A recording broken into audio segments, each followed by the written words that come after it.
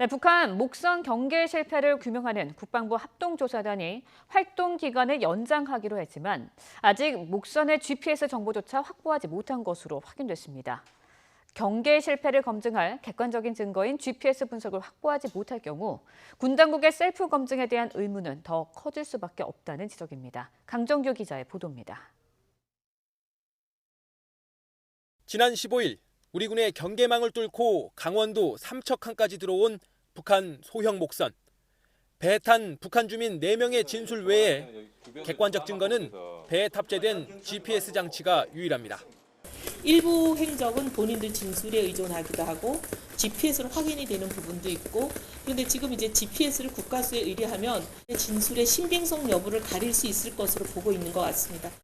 북한 목선의 시간대별 이동 경로를 추적할 수 있는 GPS는 경계 실패 원인을 규명할 핵심 정보이기도 합니다. 그러나 국방부 합동조사단은 북한 목선의 GPS 자료를 확보하지 못했습니다. 군 관계자는 국정원의 합동신문이 끝나지 않았고 GPS 정보도 분석 중인 것으로 안다며 조만간 자료 공유를 요청해보겠다고 말했습니다.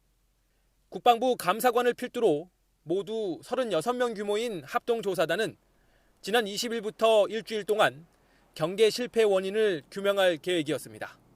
하지만 자료 수집에만 나흘을 쓰고 결국 활동 기간을 이틀 연장했습니다.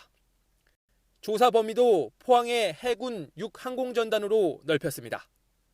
우리 해군의 P3 초계기가 북한 목선 주변 4km까지 접근했다가 그냥 지나쳤다는 의혹을 확인하기 위한 조치로 풀이됩니다. 군 당국은 앞서 경계 작전에 문제가 없었다고 결론 내렸다가 의혹이 끊이지 않자 재조사에 나섰습니다. 북한 목선의 GPS 정보를 끝내 확보하지 못할 경우 조사 결과의 신뢰도에도 영향을 미칠 것으로 보입니다.